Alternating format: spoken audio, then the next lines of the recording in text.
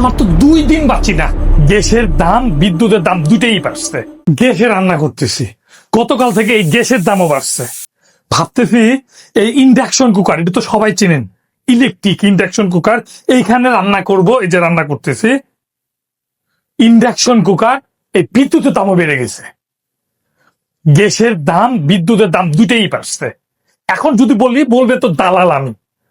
আরে ভাই, সরকার যেটাই আসুক, আওয়ামী লীগ আর বিএনপি যেটাই হোক, সাধারণ মানুষ তো বাঁচতে তো হবে। আবার কেউ কেউ বলতেছেন 5 মাসের সরকার সময় দেন। আপনারা 5 মাস 10 মাস সময় দেন না রে ভাই, আমার তো 2 দিন বাঁচি না। কিভাবে বাঁচবো?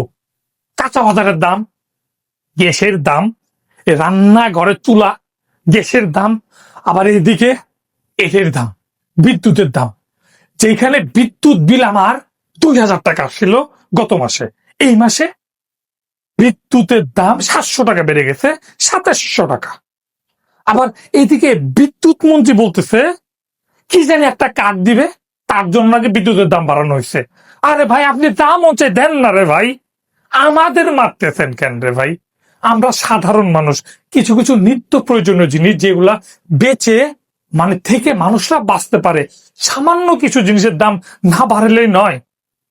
আরে বাড়ান না, যেগুলা গাড়ি, টিভি, ফ্রিজ, মোবাইলের দাম বাড়ান।